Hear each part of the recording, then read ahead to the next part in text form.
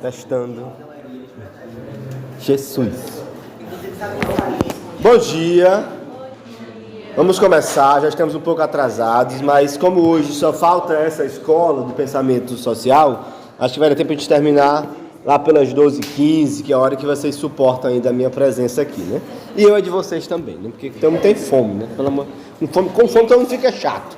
Então nós já vimos em aulas anteriores algumas características da escola funcionalista, que tem como autor de referência Émile Durkheim.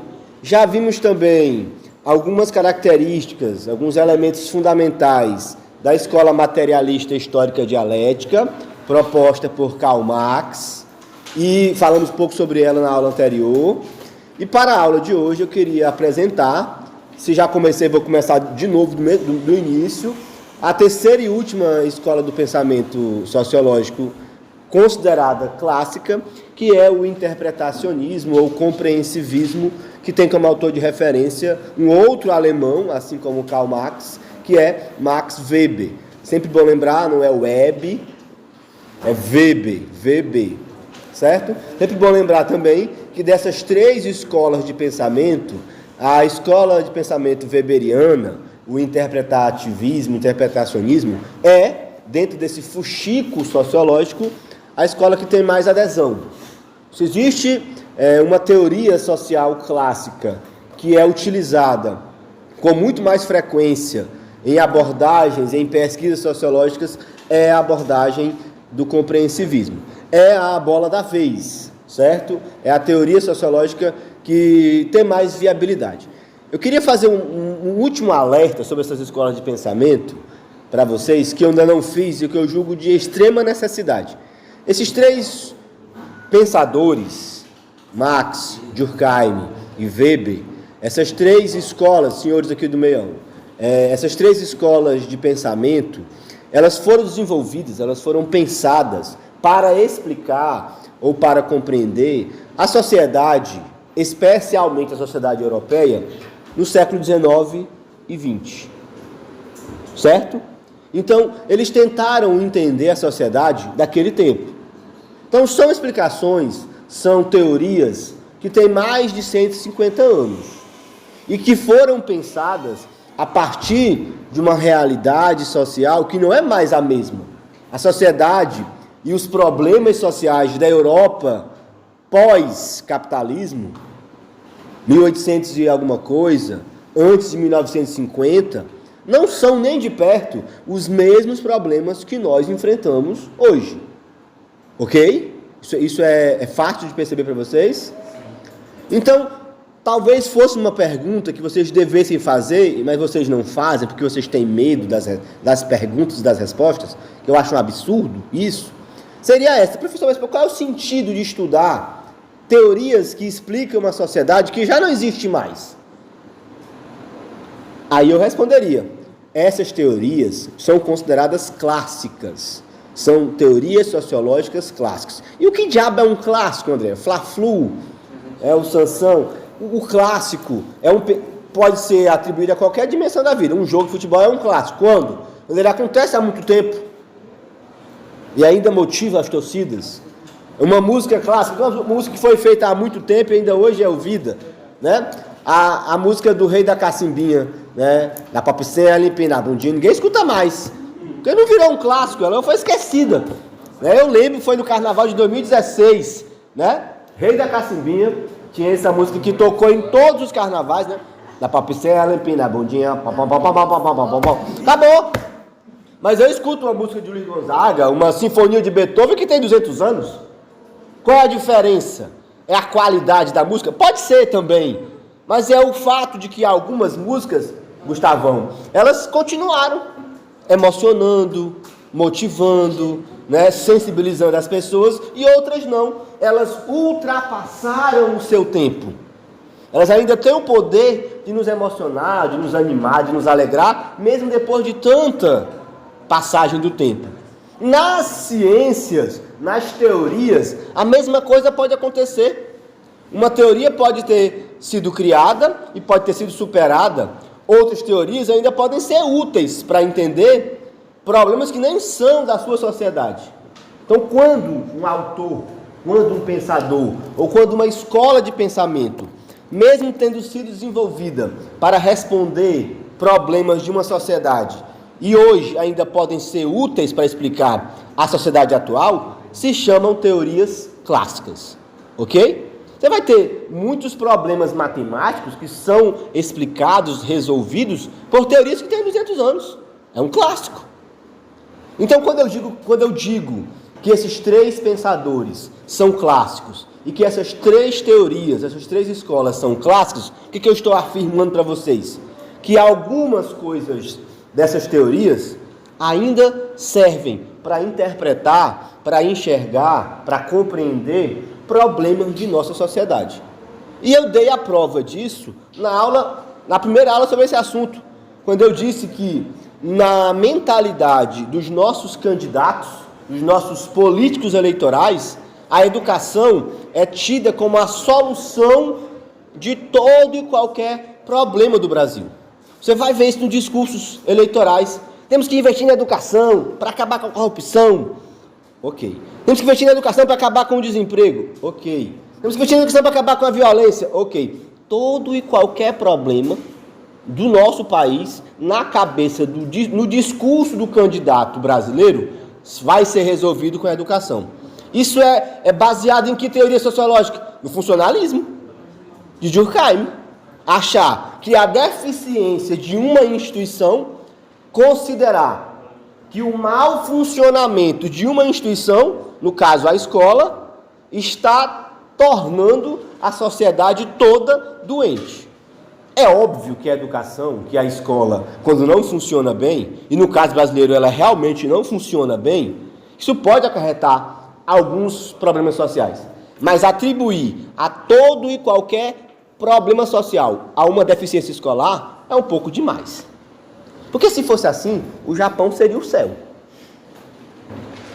A sociedade japonesa não teria nenhum defeito. Porque a educação japonesa é de excelente qualidade. Vocês têm 11 anos de escola, mais ou menos, né? Nessa estrada já, né? 11 a 12 anos, alguns 10, outros 12, alguns 13, né? Quem deu uma paradinha pelo caminho aí. As habilidades técnicas que vocês desenvolveram, aprenderam nesses 11 a 13 anos de escola, um aluno no Japão desenvolveu com 5 anos de escola. Ou até menos. Após sentar a bundinha num banco de escola no Japão, depois de 5 anos, eles já sabem as mesmas coisas, ou até mais, que vocês sabem hoje com 11 anos de escola. E não tem nada a ver com uma inteligência ou falta dela, de vocês e deles, não. Tem a ver com o grau de compromisso, com a capacidade de transmissão de saberes que a escola japonesa tem. Então é um modelo perfeito. Mas esse menino japonês, que com 11 anos de escola, já monta e desmonta um motor, já fabrica um aparelho eletrônico, que vocês não estão nem perto disso ainda, sem querer ofender ninguém, por favor, não me leve para esse caminho, ele não sabe vender. É um menino que faz um computador mais transa com um boneco inflável. Que sociedade doente é essa? Né? Tem taxa de suicídio elevada. Né? Vende gelo para esquimó, né? Vende doce, bolo na universidade, né? Pudim de pote. São habilidades diferentes. Então, se você veja que o funcionalismo ainda é uma herança maldita nas nossas cabeças.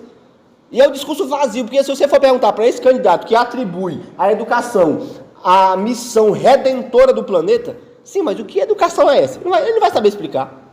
Ele para na palavra. Porque é uma fé indescritível, sobrenatural, uma coisa que ele não entende.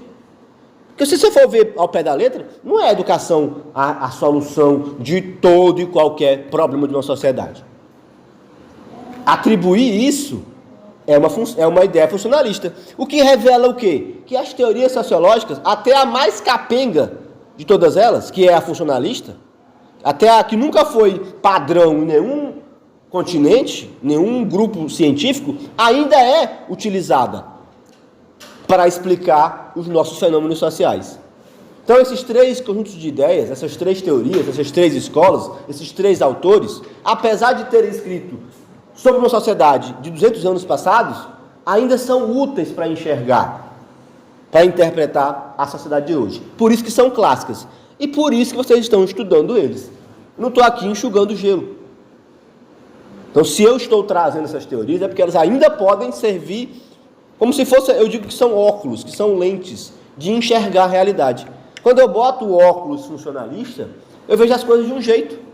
Mas se eu vestir a lógica, se eu começar a enxergar a sociedade a partir da lógica weberiana, eu vou detectar outros problemas e verificar outras possíveis soluções.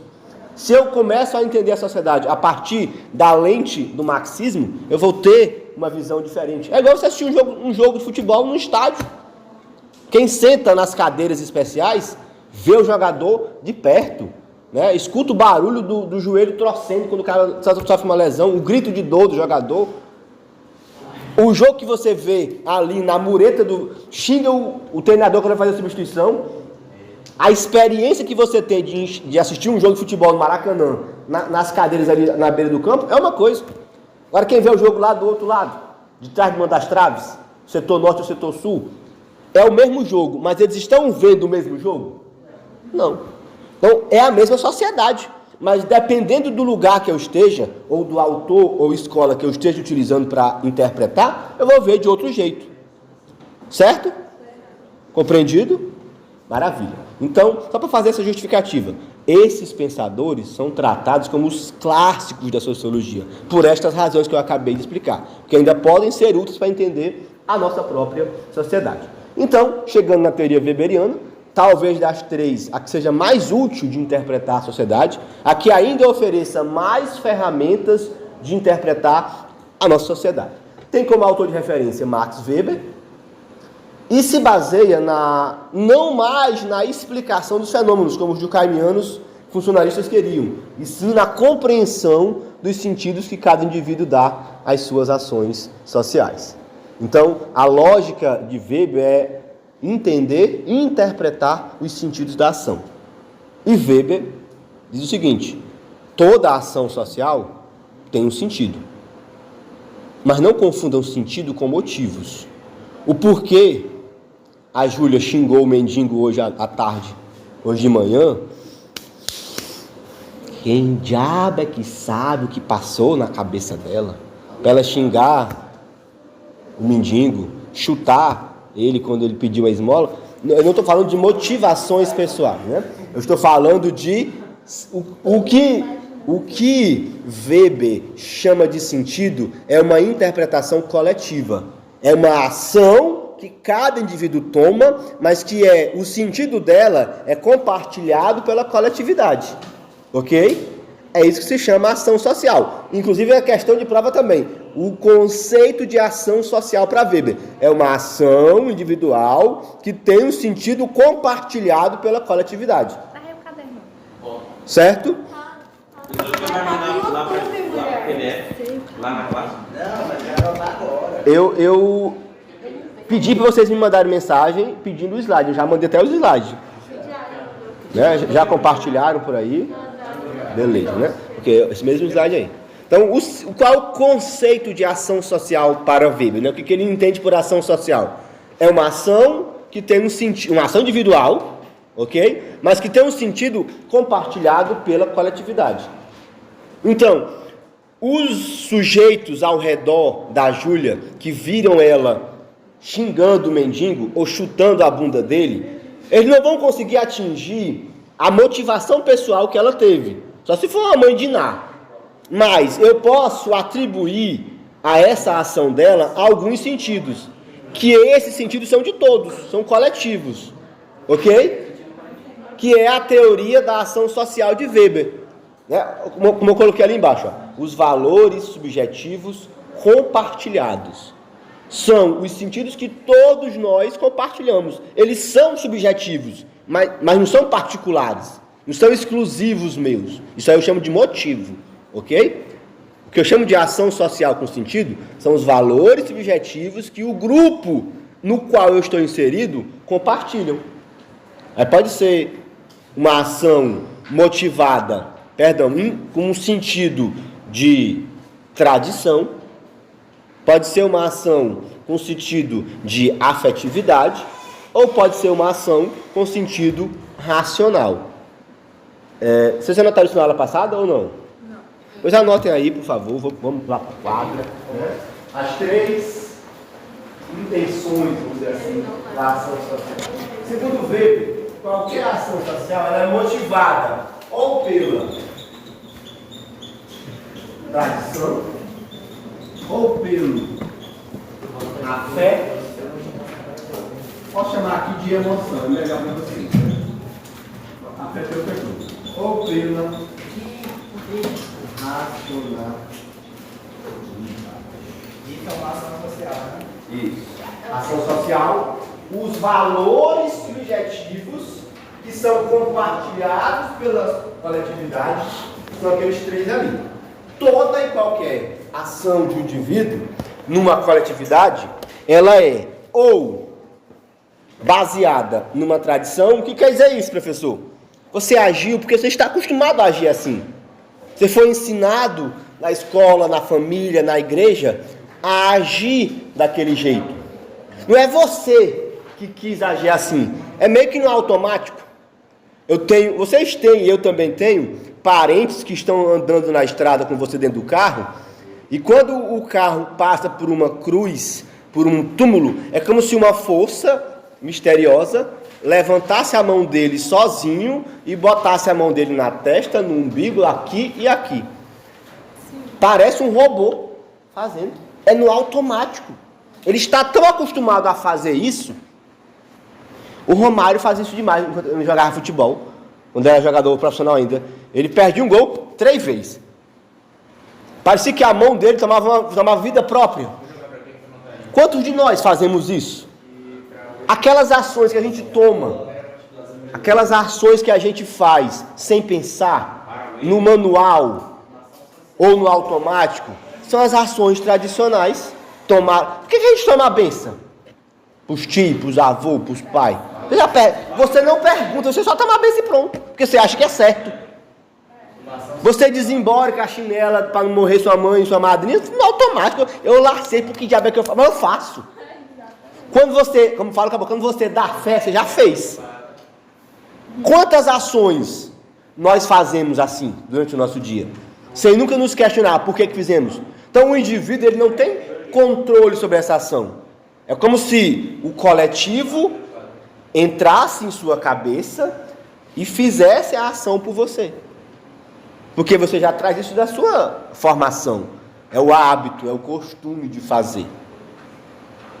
Botar lá, vai escrever um esquema no quadro. O professor anotou? Você vai saltando linhas. Por que eu deixei essas linhas aqui mesmo no meio? Você já está acostumado a fazer. Ação tradicional. Comer, né? Ou come daqui. Você nunca come pegando um pedaço da comida no meio, de um lado, você come ou entrando ou saindo, né? Ou é puxando a comida para dentro ou botando a comida para fora, né? Mas é igual. Se você for ver isso aí no mundo animal, isso é interessante, né? O cachorro não faz isso. O cachorro ele come como se fosse a última vez que ele vai comer na vida, né? O gato não. O gato vai pelas beiradinhas, devagarzinho, arrumando.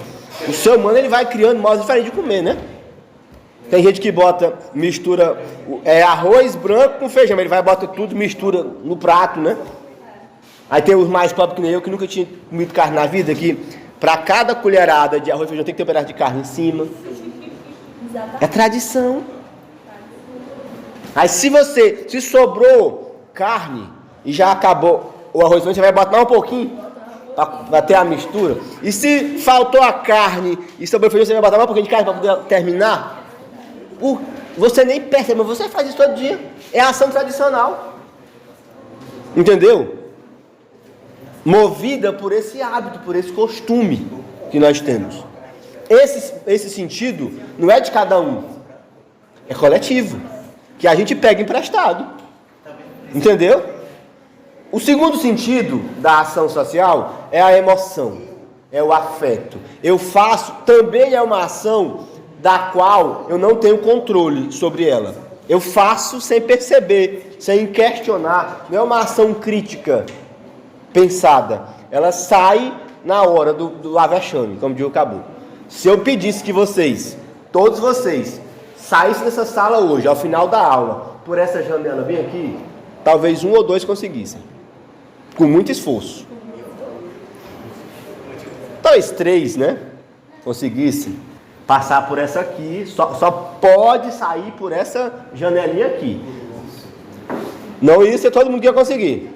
Você ia ficar pensando como é que ia fazer, se botava na cadeira, se quebrava, se abria. Agora, se eu saltasse uma onça dentro dessa sala e abrisse essa janela aqui, talvez todos saíssem. E lá fora vocês iam pensar, como o diabo foi que eu consegui? Essa é a ação emocional, essa é a ação afetiva. Ela é movida por uma forte emoção, para não morrer. E você não consegue reunir explicações que justifiquem aquele gesto. Mas você estava tão envolvido na ação, no caso aqui, a sobrevivência, que você fez. Não foi porque você não calculou a altura, o espaço, a velocidade. Você foi e fez. É a ação emotiva. É a ação afetiva. Que nem sempre é para sobreviver.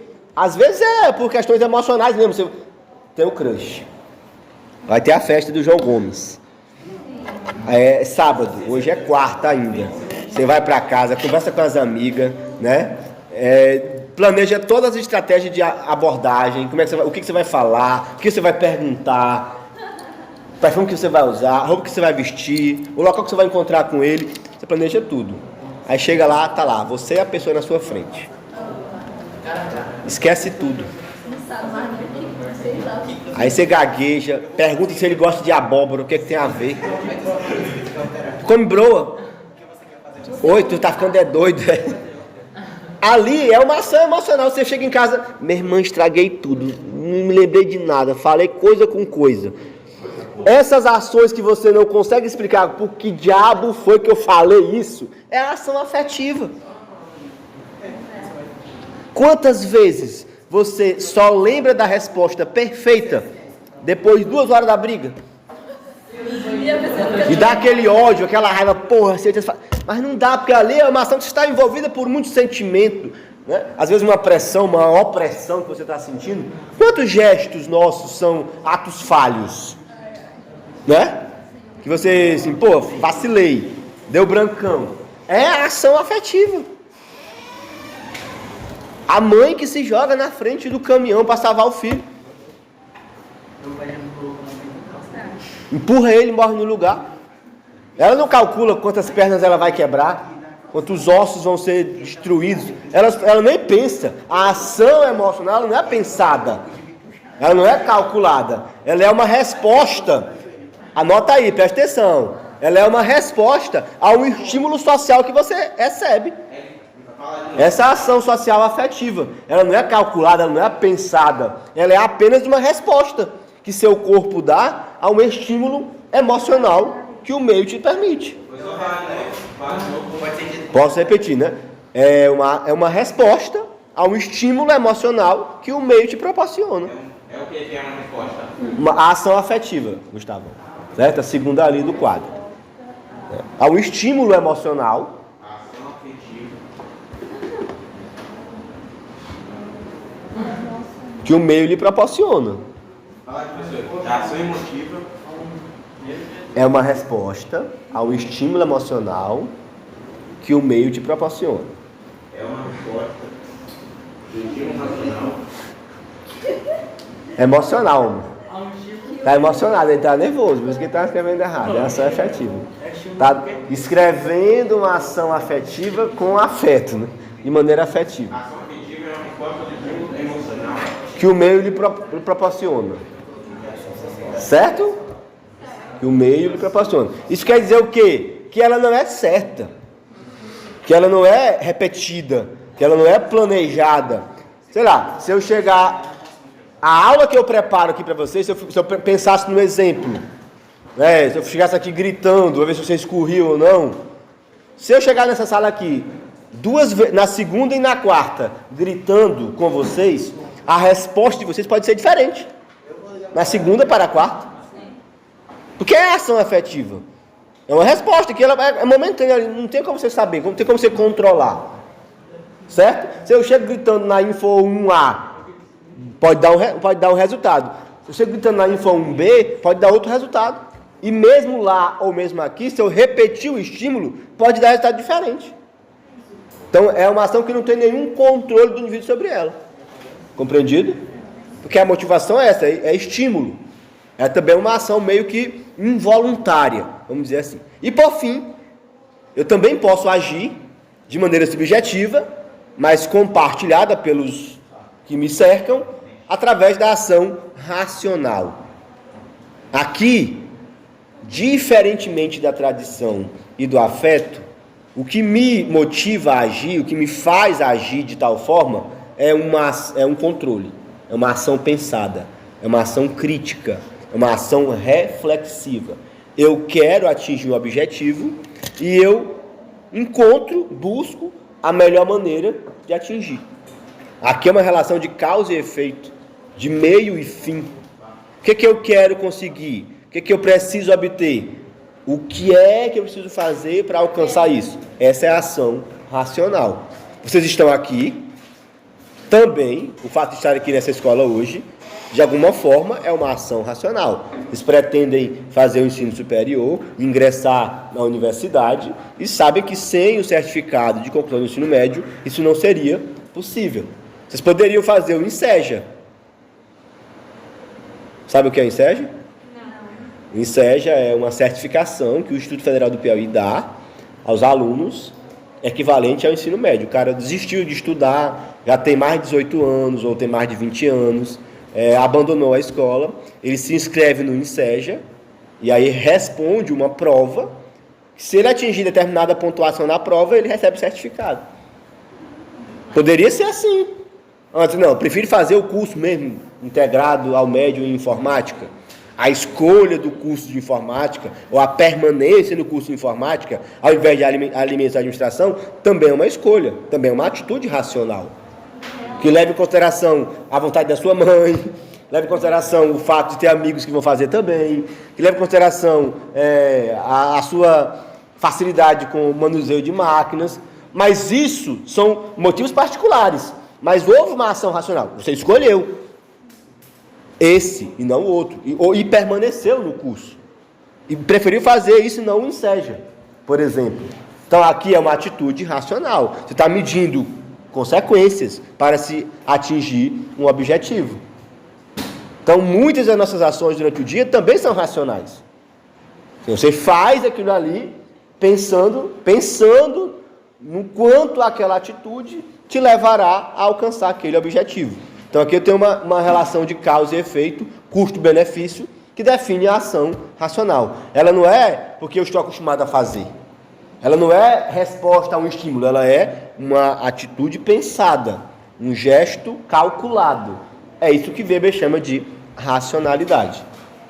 Ok? Essas três ações, esses três tipos de ações, eles não são classificações fechadas, eles são modelos ideais, certo? Não dá para você classificar qualquer ação como tradicional, afetiva, racional, de uma vez por todas. Uma mesma ação, ela pode ser interpretada, vista como uma tradicional, ela pode ser uma ação afetiva, ou ela pode ser uma ação racional. Não dá para dizer, existem determinadas ações que são apenas racionais, ou ações que são apenas tradicionais. Não.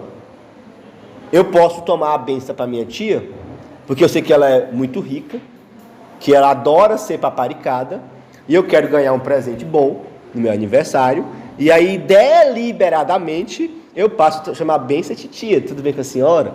Aí não é mais tradição, aí é você sendo sem vergonha, safado, racional, vou agradar a véia para ela me dar as coisas. Entendeu? Ação racional. Mas o sentido, se você olhar assim de longe, olha que meninozinho bom, que cristão corajoso, que tem uma benção para os tios, que coisa linda, fofinho da mamãe. Não, é só você sendo sem vergonha. Então não dá para... Se eu fizesse assim a pergunta, que eu gosto de fazer com os alunos, né? E hoje, esse ano é ano eleitoral. Embora seja uma eleição maior, né, para presidente, a melhor é a municipal, que é mais perto de nós, Eu gosto desse, esse é o pior exemplo teu, o exemplo mais cachorro. A pergunta capciosa. Um candidato está lá em Amarante, fazendo uma carreata, com seus correligionários, pedindo voto, o povo vai atrás dele, ele vai lá na bolé do carro, com a mão para frente, batendo palma para todo mundo, fazendo o número dele lá, o V da vitória. E aí, pá, uma criança vai atravessando a rua. Mal vestido, só de shortinho, aquela barriga de verme, já bem grandona, catarro escorrendo, fedendo a cirugue, ele para o carro. Aí o candidato desce do carro, pega a criança no colo, né? Limpa o nariz dela com a própria roupa dele, dá um beijinho na testa, faz gulu gulu gulu. Aí os flashes tudo pipocando, né? Se eu te perguntar agora, que ação é essa? É uma ação tradicional? É uma ação afetiva? É uma ação racional? Caíram na tentação de responder. Nunca mais respondam. Sim ou não, é ou não é. Depende. Pode ser qualquer uma das três. Toda e qualquer ação social pode ser tradicional, afetiva ou racional. Vai depender da interpretação. Estamos falando de Weber. Ora, será que não tem nenhum candidato que se... Porra, é uma criança no meio da rua. Pode ser por uma emoção, se ele tiver filho. Ele vai querer que o filho dele esteja passando fome também? Você não vai se sentir condoído pela dor de alguém, não? Será que é possível que nenhum ser humano seria capaz de sentir pena de uma criança no meio da rua? Eu tenho condições de retirar de todo e qualquer candidato esse sentimento dele. Pode ser, meu povo. Pode ser, sim, que ele tenha ficado se apiedado da criança. Afinal, é uma criança com fome no meio da rua, com catarro. Não tem como eu saber se foi, né, assim, de cara, olhando daqui, dentro dessa sala, se ele fez só pensando nos votos. Ele pode até, ele não tira foto não, porque aqui não tem nada a ver com campanha. Pode ter sido, meu povo. Não pode não. Ser uma resposta, um estímulo, porque é uma cena impactante. Né? E eu exagerei na cena, né? Botei pra lascar, né? Fui bem, pra te confundir mesmo, eu fiz de propósito. Isso pode ser uma tradição também, um costume, né? A gente foi educado a proteger as crianças. Foi ensinado a não deixar a criança passar fome. Quem é que acha isso bonito? Não é não? Isso poderia ter sido movido por uma tradição. Afinal, todo candidato quer fazer isso. É hábito, né? O candidato não tira foto com criança, não se elege. Nesse país, então. Poderia ser movido por ele ter até encomendado a criança já, né? Para fazer a foto clássica. Entendeu? Mandar pintar ele de caravão para ele ficar bem mais sujinho. Pode ter sido fabricado. E aí, para manter a foto. Não dá para saber. Mas também é óbvio que, e vocês também muito maldosos, muito magoados com a nossa política nacional, né? Pelo que eu percebi, pode ser realmente só ele ter visto ali uma oportunidade. Eita, que me dei bem. Na carreata que eu fiz, apareceu um meninozinho. Vou aproveitar para tirar um monte de foto e vender uma imagem de candidato bondoso, caridoso, piedoso, né? Que vai cuidar dos eleitores igual cuidou dessa criança. Pode ser uma ação racional. Mas mesmo essa ação racional, diz Weber, ela ainda pode ser dividida em duas sub-ações. Ela pode ser racional, motivada por valores, ou ela pode ser motivada por fins. Repito, mesmo dentro da ação racional, eu ainda posso ter uma coisa mais racional ainda e uma coisa menos racional. Então, o que é que Weber entende por ação racional motivada por valores? Eu tenho um objetivo, eu quero atingir um fim, mas há uma motivação subjetiva, particular, minha, que me fez fazer assim. O candidato realmente pode ter ficado com pena da criança e ter percebido ali uma chance de, cumprindo a sua piedade cristã, ganhar mais eleitores. Certo? Eu dou o exemplo sempre da minha irmã mais nova, caçula, Mariana.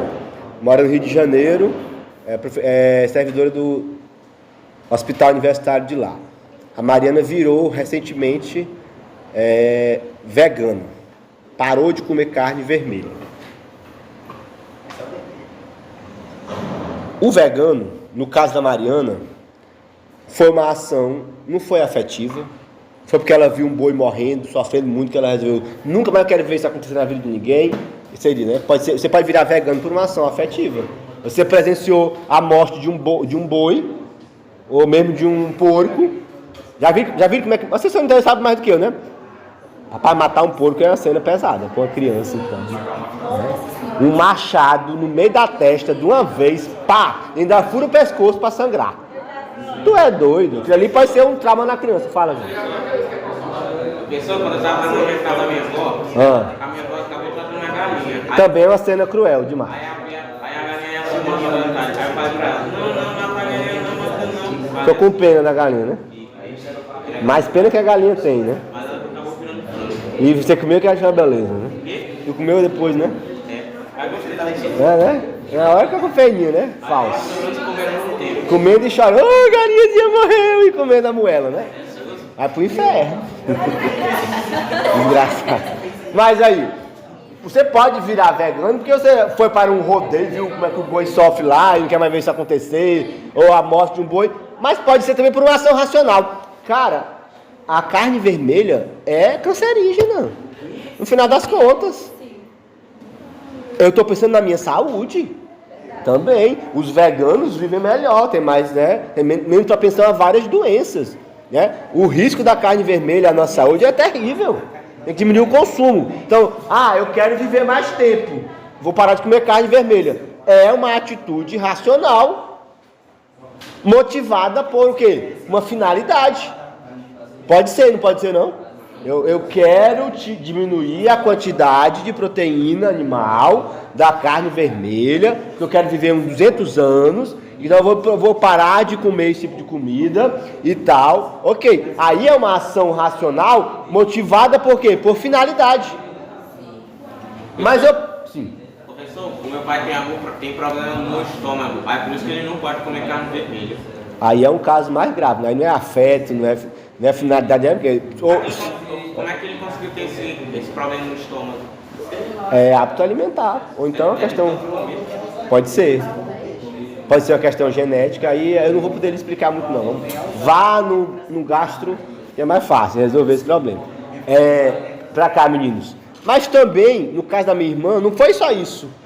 Porque a minha irmã tornou-se vegana, só vegana.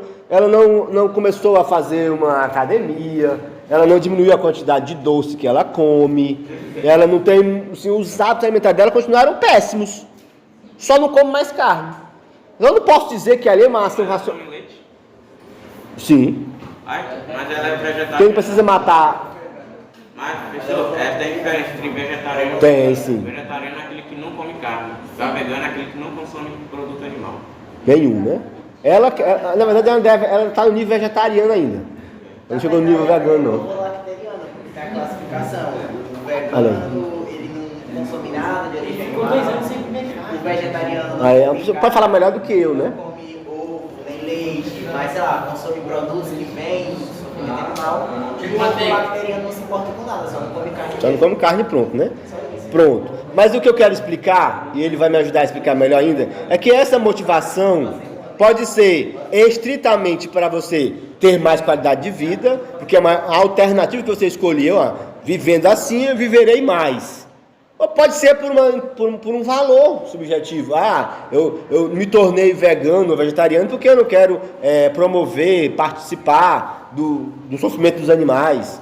Aí é o quê? É uma ação racional, mas motivada por valores, por princípios éticos, né? Humanos. Eu não quero causar sofrimento de ninguém.